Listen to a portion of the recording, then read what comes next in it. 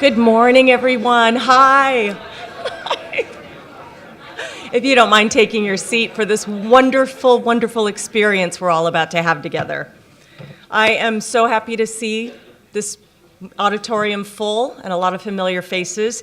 My name is Dina Ruiz, and I'd like to welcome all of you to Dolores Huerta opening day at the California Museum.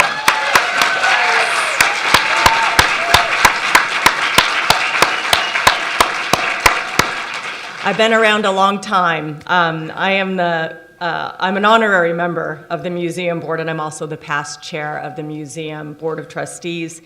And when I came on board a long time ago, events like this were dreams, and now they're realities. So the work that's been done is phenomenal, and I see a lot of board members here. You've done such a great job getting this caliber of guest. So we're so happy that you could be here for the official launch of Dolores Huerta, Revolution in the Fields, Revolución en los Campos, opening right here today as the first stop on a multi-year national tour, so we are the first. It's inspired by one life, Dolores Huerta, at the Smithsonian's National Portrait Gallery, and it's organized by the Smithsonian Institution Traveling Exhibition Service. And this new exhibit explores the life and the legacy of the legendary Latina who's broken barriers for more than 6 decades.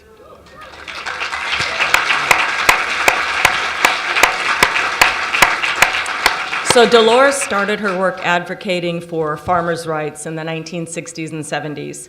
And we're thrilled to have both Dolores and California First partner Jennifer Siebel Newsom joining us today to discuss Huerta's inspirational work as an activist and a leader, which continues today through her work with the Dolores Huerta Foundation. So before we get started in the conversation, I'd like to take a moment to acknowledge some special guests with us today. They include a handful of Dolores's children. So we have will you raise your hand when I say your name? I'm so excited. Lori, Alicia, Juana, Maria Elena. We have sisters, Alicia and Elena. I recognize a couple familiarities in the names of the kiddos and the sisters, huh? And we have one grandson here, Gabriel. Oh, is he here? Oh, he's not here. Okay, he's home on his iPad. No, I'm kidding. Okay, so we also have in attendance today Consul General of Mexico in Sacramento, Lillian Ferrer. Thank you. And from the Smithsonian, we have Miriam Springle. Yay. Dr. Taina Caragol. And Maria del Carmen Cosu. Thank you for being here. And I'd also like to acknowledge our fellow museum board members in attendance. Wow, you've outdone yourselves. Thank you so much for all your hard work. So, first of all, before we get going, you need to meet the stars of the show. So I'm going to introduce first California's first partner. Now, this woman is a dynamo, and I can't understand how she's somewhere in the morning with 4 kids at home. But she is a filmmaker, an advocate. She is the thought leader and the founder and the CEO of the Representation Project, which is a nonprofit organization dedicated to utilizing film and media as a catalyst for cultural transformation. So after graduating with honors from Stanford University and from Stanford University's Graduate School of Business, she wrote, directed, and produced a film you may have seen or at least heard about, 2011's award-winning documentary, Misrepresentation, which exposed the media's misrepresentation of girls and women and the promotion of the value of females being limited to the media's ideas of youth and beauty and sexuality instead of girls' and women's ability to be leaders. She directed her second film, The Mask You Live in 2015, and this explored how America's narrow definition of masculinity is harming boys and men and society at large. She also executive produced documentaries including the award-winning, the Emmy Award-winning and Academy Award-nominated The Invisible War, that was 2012, and the Emmy Award-winning The Hunting Ground in 2015. She's in production on her third film, The Great American Lie, right now. She is the honorary co-chair of the California Museum's Board of Trustees. And she resides in Sacramento with her husband, Governor Gavin Newsom, and their 4 young children, which I've already talked about. So please join me in welcoming an amazing woman, California's first partner, Jennifer Siebel Newsom.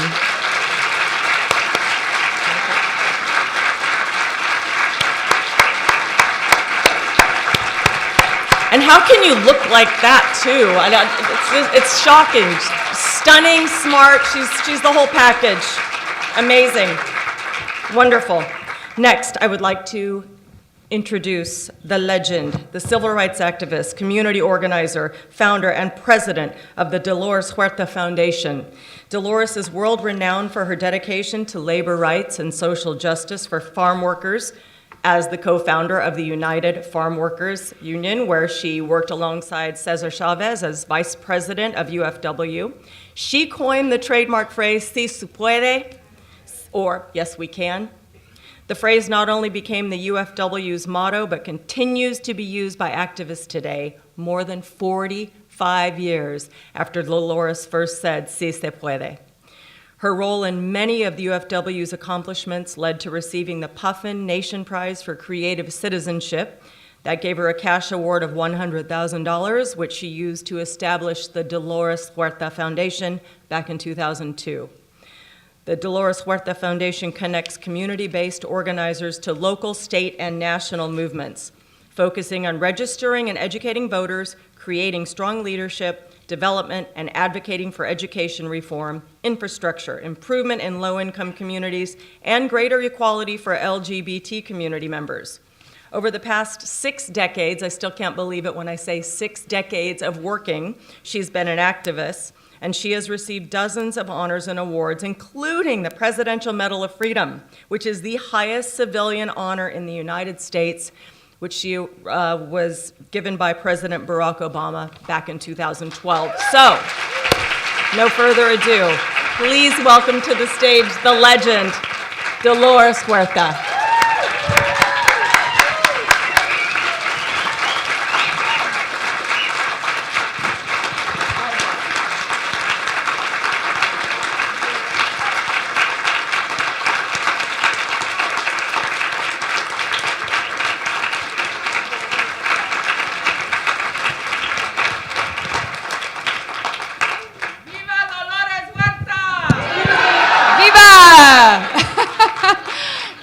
Viva! Wow, what a treat to be with you here today, Dolores. You are an incredible human being, and we are all blessed by your presence and your incredible work. And I want to talk to you a little bit about this exhibit and what this means to you. How does it feel to be here today, to have your life celebrated in this way?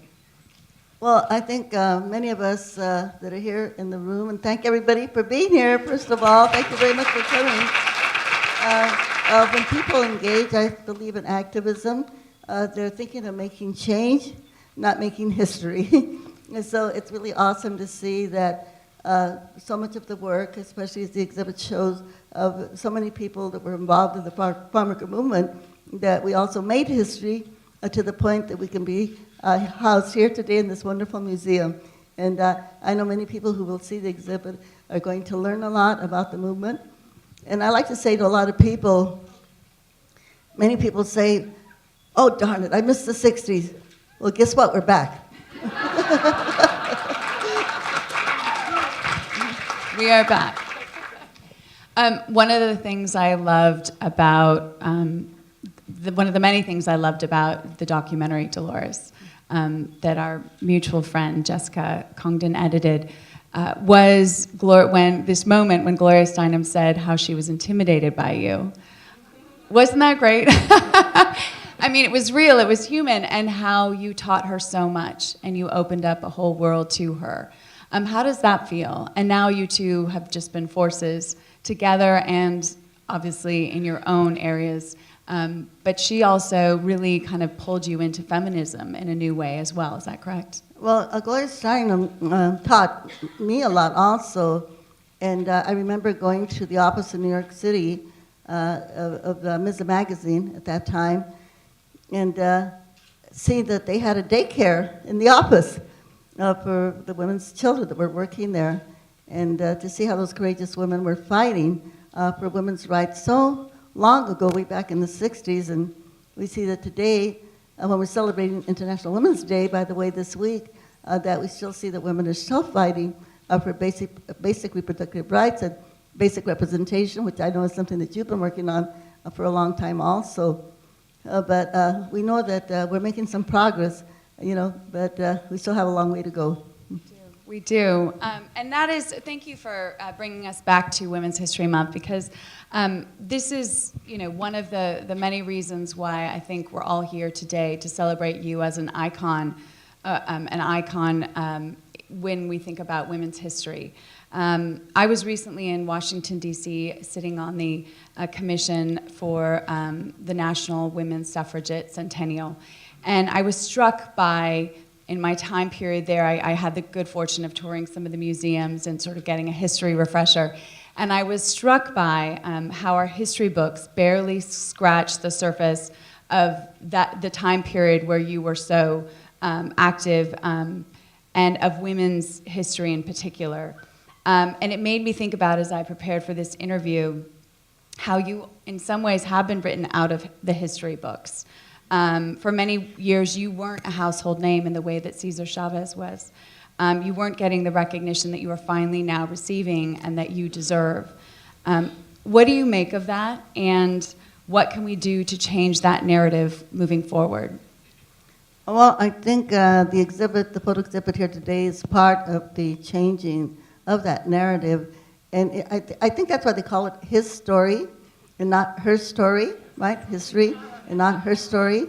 And it's interesting because even here at this California History Museum, where we're sitting here today, when Maria Shriver was the first lady, and I was lucky enough to be one of the first members of the board here of the museum, but when the suggestion was made, and I think Dan Singali is here with us somewhere.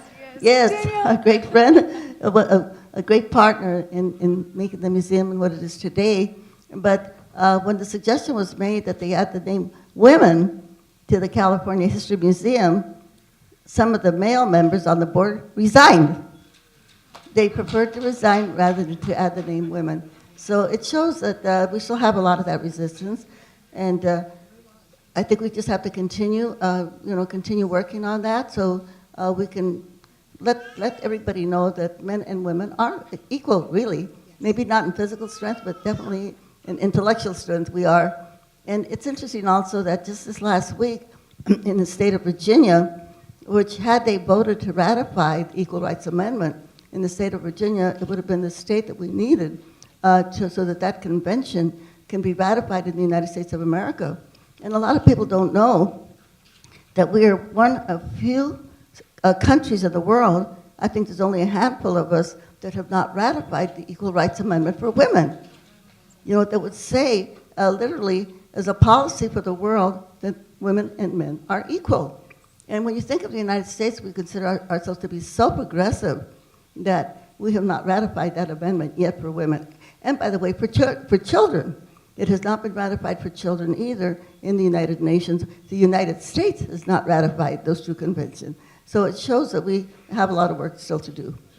We do. And just going back to our conversation earlier, and in recognition of not just women's history, but the history of the Latino community in the United States, again, there's been sort of this lack of exposure to the real history. And I think, do you feel like this exhibit can really inform not just Californians, but Americans, obviously, of the real history, of the real struggle, and how, in some sense, that struggle is repeating itself today?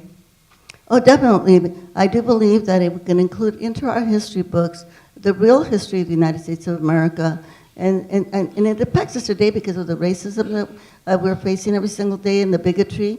But starting with Native Americans, really were the first slaves in the United States of America here. African slaves that were brought here against their will, but that built the White House and the Congress. And many of the federal buildings that we see all over the country were built by African slaves. But that is not taught in our school books. And when we think of all of the people that built our country from Mexico, from the Philippines, from Japan, from China, from India, that built the infrastructure of our country, So we definitely need to include this in our history books. And I like to say to people, sometime if you have time, Google and see what the map of the United States was before 1947. Yes. Yes. And it's a Fascinating. shocker when you see that a third of the United States belonged to Mexico.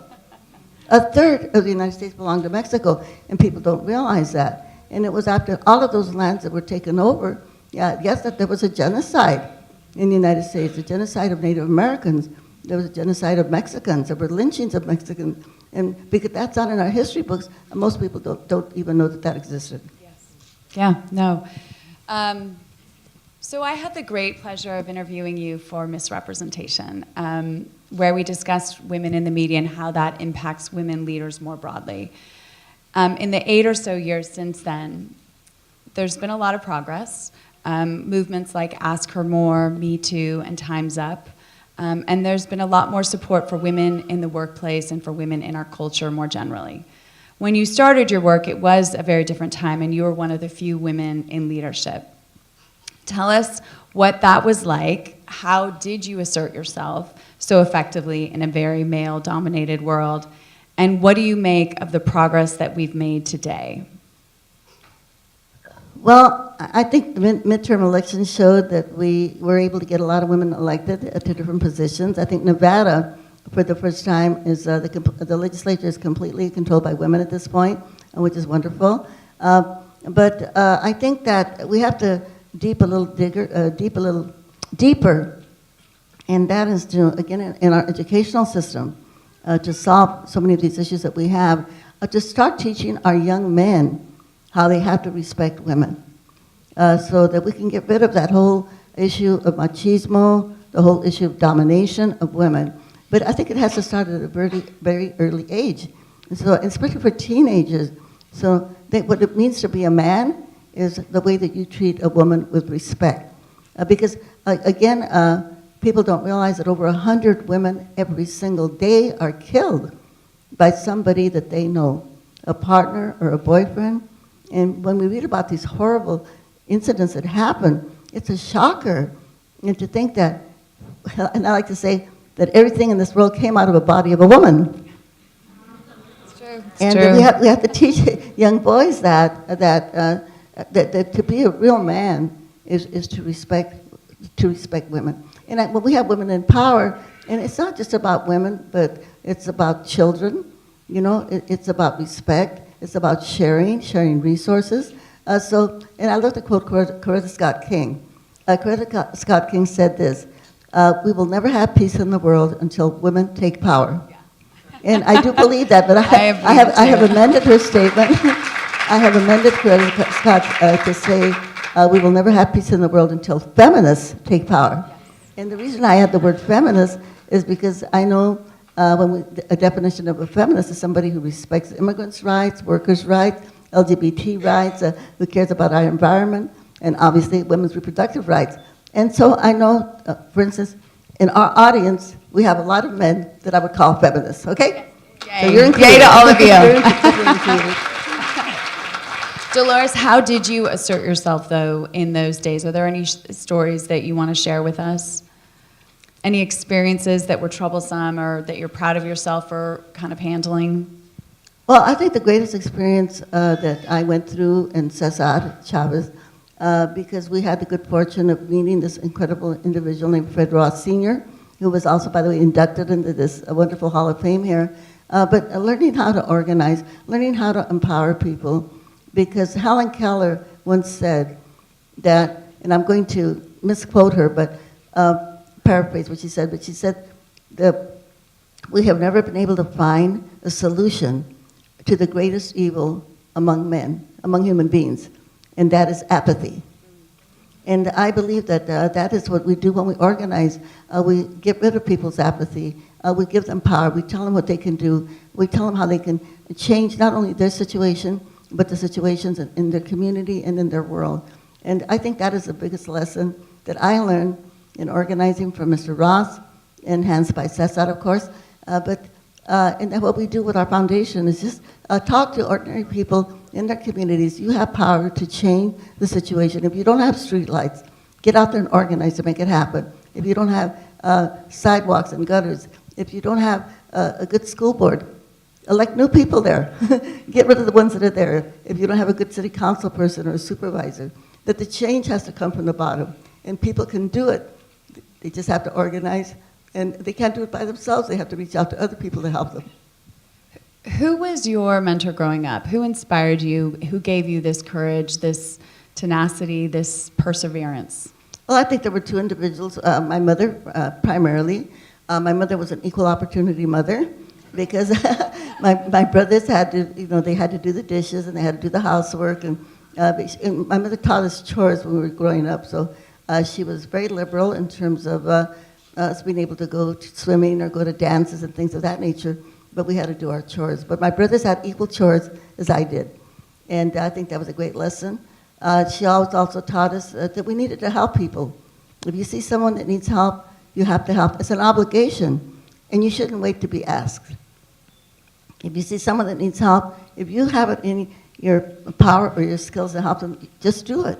But don't expect a gratification. Don't do it for a reward, because then you are taking away, she say, the grace of that action. And so she always pushed me out in front. She wanted me to be out there in the public eye, which was very difficult for me because I was actually very shy. And then the other person was my Girl Scout leader, Catherine Kemp, because she taught us so many skills in the Girl Scouts. And so I'm a great devotee of the Girl Scouts. I was a Girl Scout from the time I was 8 till the time I was 18 years old. In my Girl Scout, well, not my Girl Scout book, my girlfriend Charles Satterfield, I had to borrow her book because mine got lost. But it's right here in the museum and people can see that. And 60% of the women in the Congress were formerly Girl Scouts. It's not a great go, Girl Scouts. Do we have any Girl Scout leaders here? Yeah, there we go. But it's an incredible organization. I love, because this all ties back to Women's History Month too. It really is about valuing the feminine, valuing women, valuing how women can be role models and mentor other women. It's not always men. So that's my daughter wants to be a Girl Scout. We need to work on that. Clearly. One other influence I would like to mention is that I grew up in Stockton, California, not too far from here. Stocktonians in the house. Stockton. Yes. And that was so valuable for me because growing up after the Depression, my neighborhood, we were very ethnically mixed. My next door neighbors were Italian. The family across the street was Greek. My next door neighbors were African Americans, the Smiths. My Japanese friends, who were, of course, taken away to the internment camps, and Chinese friends and Filipino friends. And it was this mix of growing up with all of these different cultures that I think really prepared me for the world. And so I really believe a lot in integration, because you cannot hate somebody once you know them. And if you don't know people of another ethnic group, then I think that's what leads to people disliking or fearing each other. But if you grow up, but another interesting thing about Stockton that a lot of people don't know, I'd had the first Sikh temple, the first in the United States of America. And I have been told that there were actually meetings there to talk about the liberation of India, about Gandhi's work. And this is the 150th year, by the way, of Gandhi's birthday, so we should remember that. Oh, I love, that's great. Wow. I want to continue that thread for a minute because we're living in a time where there is so much divisiveness and apathy. And people do live with walls around them and in their little communities, and there is segregation, and therefore people aren't seeing each other, or necessarily unless you're maybe in a big city. How do we create more community? How do we breach the divide, not just the political divide, but the racial divide, the class divide, the gender divide? What advice do you have, given what you just shared and your own history? Because we clearly have a lot of problems, and until we come together, we're not going to be able to solve them, are we? Well, I think it's got to be very intentional in today's world. Sometimes people might say, oh, well, we don't have enough Latinos in our organization. And so they're going to make an announcement, or they're going to pass out a flyer. No, you can't do it that way. You've got to go out into communities and reach out, and you've got to talk to people. You've got to invite them in pretty much like we do with our house meeting organizing, where we meet in people's homes. Their living room is our venue. This is where we talk about having them come and getting involved, getting themselves committed to work on social justice issues. So it's got to be planned and organized to make that happen. But I think it can happen. And I think we enrich each other when we learn about somebody else's culture. Because, these are things that we don't know, but it makes our life much more colorful, much more enjoyable. And it's something that we really need to do. I agree wholeheartedly. Thank you. Yeah. A lot of wisdom in this conversation here. So your achievements are legendary. Are there any that you're especially proud of that you want to share with us, or is there anything in the exhibit that you think will catch people by surprise, or that you really want to share as a little teaser for those who haven't seen the exhibit? Well, I think another big lesson that we learned in organizing, again taught to us by Fred Ross, and that is the importance of voting, the importance of reaching out, the importance of going door to door canvassing, talking to people, to make sure that we get good people elected to office. And that's something I think that each one of us have to take a lot of responsibility for. And I think the things I'm real proud of, even before the United Farmworkers, with the Community Service Organization, which was the first organization where I learned how to organize, that we passed really significant legislation. One of them is really interesting. Back in 1963, in the state of California, under CSO, we passed a law that anybody who is a citizen can register another person to vote. Before that, you had to find a deputy registrar somewhere to register you to vote, or people had to go down and get deputized. And so now we have all of these progressive voting systems in the state of California. Guess what? In the state of Texas, people are using the system that we had in California over 50 years ago. Wow. So when people wonder what's wrong with Texas, that's what's wrong with Texas, okay? And then we passed way back, way back then in 1961 and 63, we passed a law that people could vote in the Spanish language, that you could, and we passed a law, a very big, major piece of legislation that if you had your legal immigrant status, you could get public assistance. So now we probably have over 15 million people in the United States that are legal residents that get the Affordable Care Act. So this was major legislation that we passed even before the United Farmworkers. But again, that was all done by people organizing on the ground and putting heat on the legislators to make it happen. And so those are the things I think that are lessons that we can pass on to people. And I should add also the whole issue of nonviolence, which is something that, of course, Cesar was very dedicated to and did all these fasts for. And volunteerism. I know there's many people in the crowd right now that were volunteers with the United Farmworkers, either as active participants or people that, many of you I'm sure boycotted grapes, boycotted lettuce, boycotted Gallo White. And with these acts of boycotting and people participating, today in California, farm workers have toilets in the field, cold drinking water. They have the right to organize. They have unemployment insurance. They have all of these benefits in California.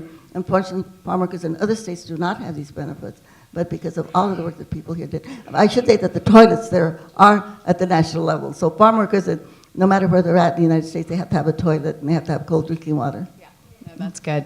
That's right. Do you see that California can really lead the nation or continue to lead the nation, not just in the realm with respect to farmers or to workers' rights, but also with women and leadership? I mean, what role do you think California has with regards to kind of bringing our union, our country back together and leading with progressive values? Well, I think California is almost, I wouldn't say almost, a model state, with the exception, well, there's a few exceptions, but one of them is in education. And we are number 43.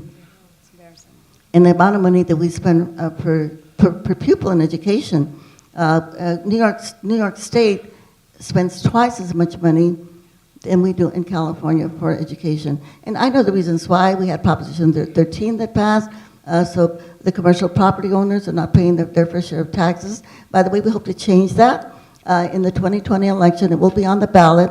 It's called Schools and Communities First. And if we pass that proposition to have commercial property owners pay their first share of taxes, we will bring in $11 billion into the state for education. So we're going to need everybody's help to pass that proposition. And of course, not only in California, but all over the United States of America, we have so many of our students of color that are being suspended and expelled. In my foundation, we're doing a lot of work on this, organizing the parents. We're active in 11 different school districts. We have sued our current high school district because they were suspending. Over 2,500 students were suspended in a year and a half. That number is now down to 26 because of our lawsuit. Congratulations. But and we know we can make this. We can make these changes, but we have to go out and organize the parents. And again, the last legislature and Governor Brown, they passed a law called the Local Control Funding Formula, which gave every single community and parents and students the right to look at the budget, see how they're spending that money, make recommendations. And with our work, over half of the recommendations that we have made to school districts have been adopted. And so we know that we can make that happen, but it takes a lot of work because we have to cover as many areas as we can. That's great. No, thank you. That is one of the most, education is the elevator to opportunity, and we have a lot of work to do there in California. So you've also had some setbacks in your journey. What strategies, you're so optimistic, what strategies do you have for moving forward when things don't go your way? Well, we have a couple of strategies. Number one, they're kind of all based on organizing, reaching as many communities as we can, and developing the local leadership. And I love to give the example of one of our local leaders who, I'm going to try to do this really fast, but she got herself elected to the school district, found out that the principal wanted to get rid of the breakfast program for the farm worker kids. Well, she kept the program and got rid of the principal, okay? I love it. She got herself elected to the water board and found out that they had hired someone who had been fired for embezzlement. So she got rid of him. And then she looked into all of the banking, the bank statements, found out there was $250,000 missing from this small water board. So she called in the grand jury. But those are the kind of local leaders that we develop because they are the ones that need to take control. It gives us a lot of pride to know that so many of these farm workers, construction workers, hotel maids, that they are now sitting on city councils, they are sitting on school boards, and one of them who was a janitor at the school is now sitting on the school board, okay? He's a parent, but it's developing that local leadership in as many places as we can through organizing, because that way you're actually, growing the leadership from the ground up. And these are people in their communities, and they know what the issues are, but then they learn how to solve the problems. And the other thing that we're looking forward to is the census. And that is going to be so important. And as we tell people when we talk about the importance, we tell them for every one of you that does not get counted, your community will lose $15,000. $15,000. And not only that, but we know that the school districts and congressional legislative districts are drawn depending on who's in the community. So it has a big impact. And we know there's going to be a lot of fear. There's been a lot of ICE raids. Families have been separated. And so people are going to be afraid to open their doors. So we have to start organizing it in 2019 to make sure that we have enough volunteers and form as many neighborhood committees as we can, so that when your neighbor goes up to your door and says to you, you need to be counted, they will be counted. It's going to be a big, big, major effort. But I think all of us have to take it very, very seriously, because it can affect the state of California. We can lose congressional seats if we're not counted. Big time. No, that's really important. Spread the word. Okay. Okay, last question, and then we're going to open it up to the audience. One of my favorite quotes of yours is, every moment is an organizing opportunity, every person a potential activist, every minute a chance to change the world. There's obviously a lot of activism right now, and I feel like you were critical in sparking a lot of it. And it feels like many folks have been activated to actually change the world. Do you feel hopeful for the future? But what more can each of us in this room do? Yes, I think that often we just talk to each other, and we don't talk to other people that maybe may not agree with us. But I think if other people hear stories, if they hear our story, if they hear the stories of one of my friends who's here with the audience was saying to me that her mother, even though she was a U.S. citizen, was deported to Mexico during the Depression when they had this mass deportation. That happened to, most of the people that were deported were actually U.S. citizens at that period in time. By the way, not in our history books, right? I mean, a blimp, if it is in our history books, that Right. period of Yeah, time, the big Hispanic deportation during the Depression. I think if people hear the story of Emmett Till, a young teenager who was murdered because they thought he was a little white woman in the state of Mississippi, and how his mother had an open casket so that 50,000 people went by that. If people hear the story of Matthew Shepard, a young man who was murdered because he was gay, and I think when people hear those stories, then if they have these antagonisms or these hatreds, or people that are transgender that are murdered because they're transgender, I think when people hear these stories, then they'll realize that hatred does not belong in our hearts or in our communities. If we remind people, and I love to ask audience a question, do you know how we got the 8-hour day? It happened in Chicago. Do you know what happened to the labor leaders that fought for the 8-hour day? They were hung. They were executed. And so we have all of these martyrs in the labor movement. We have martyrs in the civil rights movement, in the women's movement, in the farm worker movement. 5 martyrs that were killed just to get farm workers bathrooms and cold drinking water, the right to organize and decent wages. We don't know who these people are. But I think that we have to constantly tell the stories so we can break down all of the misogyny and the bigotry and the homophobia that we have in our society. I think it can happen, but as you said before, it depends on education, it depends on knowledge, and thank you for your great movies that you've made to kind of break down the stereotypes and misogyny against women. Thank you so much. I'm so grateful for your wisdom. I'm so grateful for your teachings, and I'm so grateful for you leading the way. And you're an incredible, incredible role model to all of us. So we want to open up to all of you. Thank you. I have some questions here. Okay. What would you suggest for the youth today to make an impact in the world and be activists for our generation? What can we do to bring attention to migrant farm workers? This is from Tommy, age 14. Some of the things that we can do is on legislation, for instance. There's a bill right now in the state legislature. There's 2 bills in the state legislature that affect farm workers. One of them is to have more farm worker housing. And that is right now being proposed by Assemblyman Robert Rivas. And as people want to just pick up the phone, send an email, or do a visit to a state assemblyman or state senator, please support that bill for farm worker housing. There's another bill by Maria Elena Durazo, Senator Durazo, who was a labor leader from LA, but now she's a senator, on pesticides. Farm workers today are still getting poisoned with pesticides. So they could support Senator Durazo's bill on pesticides. That would be really good. Another big one, and I know what happened here in Sacramento, where Stephen Clark was killed, this young man in his grandmother's backyard. There's been a lot of demonstrations here in Sacramento, as there should be, because the officers who killed him are not being punished.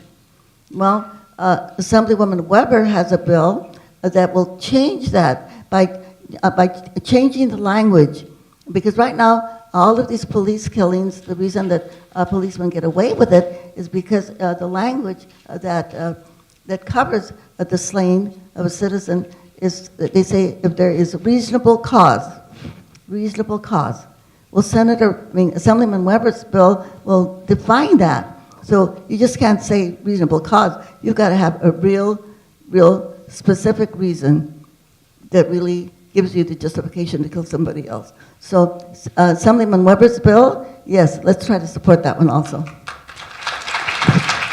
And I would encourage all the young people, please get involved in campaigns, okay? Get involved in the census. When elections come around next year, get out there and knock on doors, and help people get elected. And we're going to have Dolores Huerta Day pretty soon. Yay. And I'm going to ask everybody, register somebody to vote, okay? Register somebody to vote or call your assemblyman or your congressman. And also we know that in the U.S. Congress now, there is a bill of voters' rights so that they can stop the voter suppression that they have in other states. And even though we're in California and we don't have that, although sometimes in Bakersfield we do, but in other states, you know, people have a hard time registering to vote, like we talked about Texas, but stop voter suppression, and that bill I think is H.R. number 1. Great. Yeah. Wealth of knowledge right here. Oh my gosh. Dolores for president. Right? Dolores for president. Oh, that would make me so happy. What do you think is currently the greatest missteps in social movements? What do you think are the greatest missteps in social movements, and how do we overcome these? I think the biggest mistake is when social movements are not institutionalized.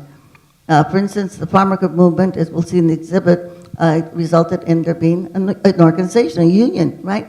And having legislation passed that protects farm workers. When we look at the Occupy movement, for instance, that was a great movement. It brought attention to the fact of the 99% that don't have the wealth of the country and the 1% that does, but it wasn't really formalized in any way. I think the great thing about the women's movement, for instance, in continuing, that you have organizations like the Feminist Majority, Ms. Magazine, by the way, which is owned by the Feminist Majority, you know, the work that Gloria Steinem continues to do, the same thing with the Green Movement. You have organizations like, you know, many organizations that can continue the work. So you've got to formalize a movement so that it can continue the work and it just doesn't disband. That's great advice. So from Pablo Mata, age 11, what was your best memory in marching with Cesar Chavez? And thank you for all you do, he said. That's sweet. Well, let's see. I think reminding people about the work that farm workers do, so that people with their hands, like farm workers, they do strong physical labor so that they are honored in our society, you know, and also doing something against poisons, against our climate change, because we know that pesticides create a lot of harm, not only for the farm workers, but also for the people that eat the food that has poisons in them. So learning about what they call economic poisons that are put on our food, you know, Cesar, it's interesting, Cesar died on April the 23rd. April the 24th is Earth Day, and he was a great environmentalist, you know. And so thinking about doing something for the environment, talking about respecting workers, and respecting people that don't have a formal education. You know, Cesar Chavez only went to the 8th grade. He didn't even go to high school, but he was a genius, which didn't mean that he wasn't smart. He was very, very smart. And so remembering that about people, that just because they don't have a college degree doesn't mean that they're not intelligent.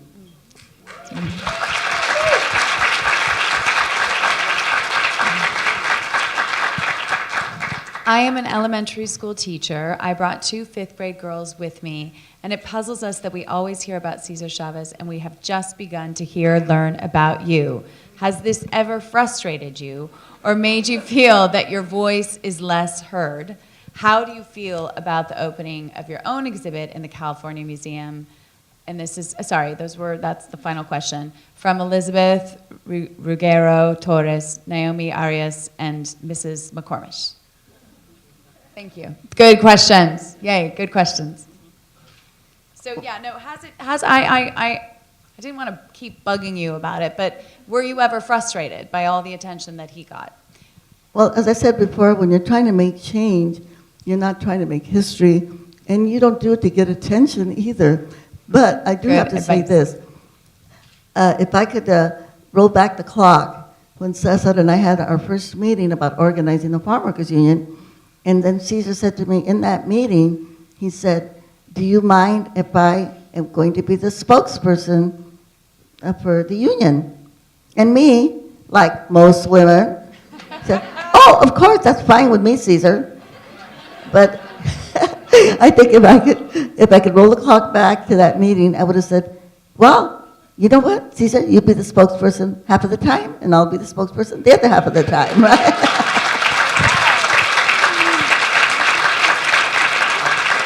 But as a matter of fact, though, because Cesar didn't really like to travel that much, he did it because he had to. He'd like to stay in the office and really run the union. And so I did end up being the spokesperson many, many times when Cesar wasn't able to be president, especially on the Great Boycott, because I was in New York City, I was in Chicago, I was in Detroit. I was all over the place running the boycott while Cesar was back in Delano. And we really had to introduce Cesar because people didn't know who he was. And so I did end up being the spokesperson for the organization without thinking of it in those terms. But I do like to say to young women, and I think we women, as a matter of fact, we don't often like to take the limelight. And sometimes we feel that we're not capable of doing that. And so I love to say to all the young women out here in the audience, you know what?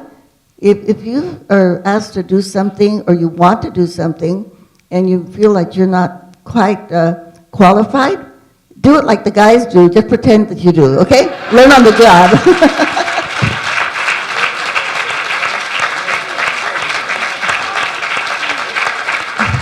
And always take credit for your work, because I know that's very difficult because we're not used to doing that. They're going to say when women are too assertive, they use the B word or the which word. And like, what they've done with Hillary, of course, she has been so maligned just because she was the most qualified person to run for president.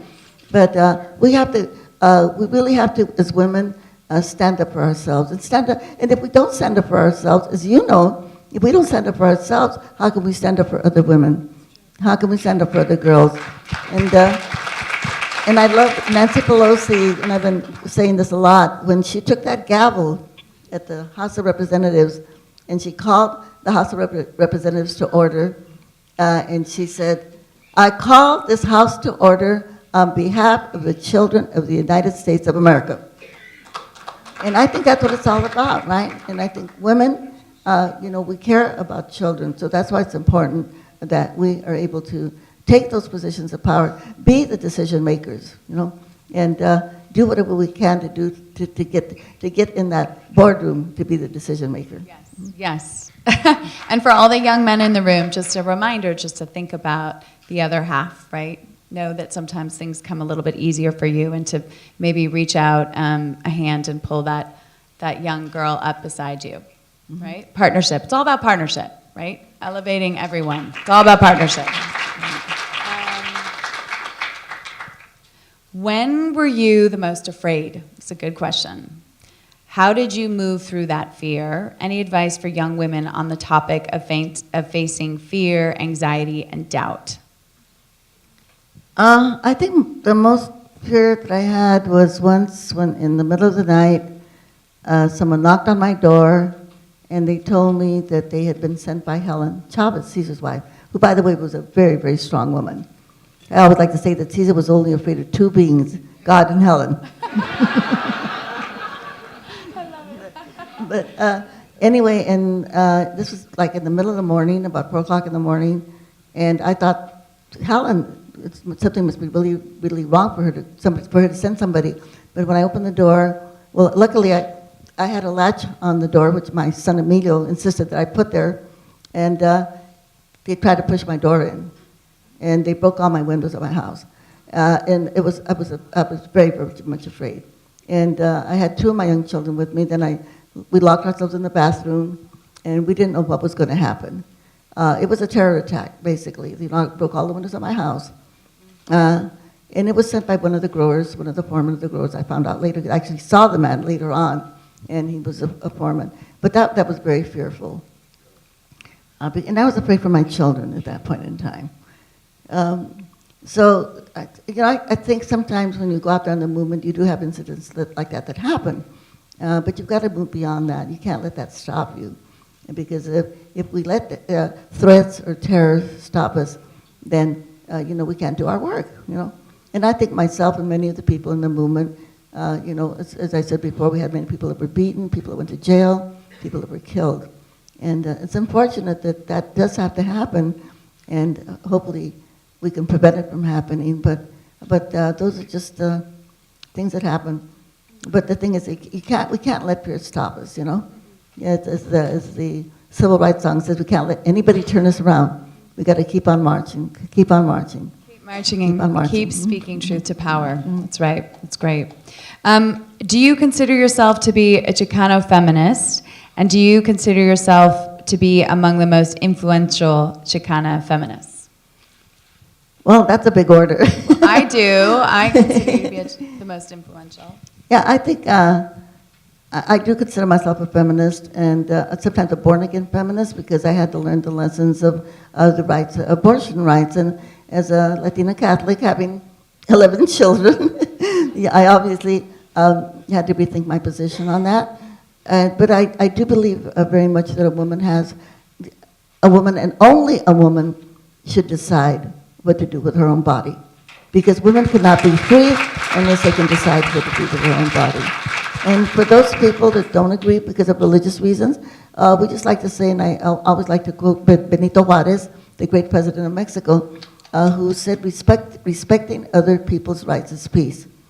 So whatever one's religious beliefs are, well, they can keep their beliefs, but they shouldn't impose their beliefs on others. Whether it has to do with abortion, whether it has to do with gay marriage, you know, that keep your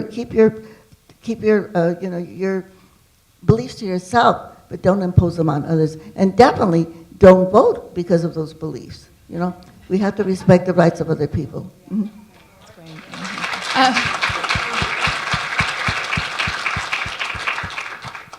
As we honor you and celebrate you, and as this exhibit is birthed and will make its way across the country eventually, how do you feel? Do you feel, you've had this incredible life. And how many of you in the room have seen the documentary Dolores? If you haven't seen it, it's incredible. I mean, she's incredible. You know, we are, you're a legend. Do you know that? No. Do you know that? Because I want you to own that. You are a legend, and I am just in awe of you and grateful to you. Thank you for being you. I have to, my son Ricky, who's not here with us today, but my youngest son Ricky, he says, Mom, you're not an icon, you're an I can. Oh, that's better. and I like to say that it's not about Wonder Woman, it's about Wonder People, okay? Because everything that I have done, everything that Cesar did, Fred Ross, and Dr. King, and other leaders, Gandhi, it was the people that they organized that did it, you know what I mean? And that's what it's all about. It's not about us as individuals. And when you asked me the question about organizing, you know, every moment that we can use to ask somebody else, to invite somebody else to join the movement for justice, I mean, that's what it's all about. And I think all of us can be organizers. You know, we just have to think about who can I convert, who can I get to remove their apathy, find a way that they can also get involved. Because we have so much power as people, but we don't really act on our power. And I think that's what it's all about. Well, and you embody partnership, and I think that's really what's critical for moving our country forward. You're the ultimate partner in all of your work, in lifting everybody up and making it about everyone and not just yourself. And so I really admire that. And I hope that future generations can really follow in your path of leadership, which is the partnership collectivist model. And so thank you for leading with empathy and love and collaboration, and for paving the way for all of us. We're so indebted to you, so thank you so much for this conversation as well. Thank you. And I think we can all imagine that world, you know? We can all imagine that world where the resources of the world are shared equally, where we don't have to be governed by corrupt and powerful people, you know, where we don't have to have multi-billionaires and homeless people in the same society, that we can change that. But it's got to be done through movement, it's got to be done through voting, it's got to be done through legislation. But we have to know that we can make it happen. And you know, I always like to ask, if you don't mind, before we end, if I can ask the audience a question? Please do. Okay. This is a really simple question, and I know many of you know the answer because some of us have gone through this before.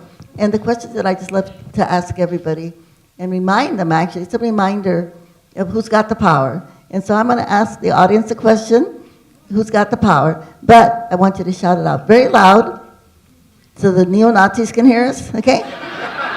And all of the homophobes and the misogynists, the sexual harassers, all of the bigots, so they can hear us. And so the question is, who's got the power? I want you to yell out, we've got the power. And when I say, what kind of power? I want you to say people power, all right? Can we do that? Okay, but shout really, really loud, all right? Let's go. Who's got the power? We've got the power! What kind of power? People power! Are we going to organize? What do we say? ¿Se puede o no se puede? ¡Sí se puede! We can. Thank you. ¡Yay! ¡Sí se puede!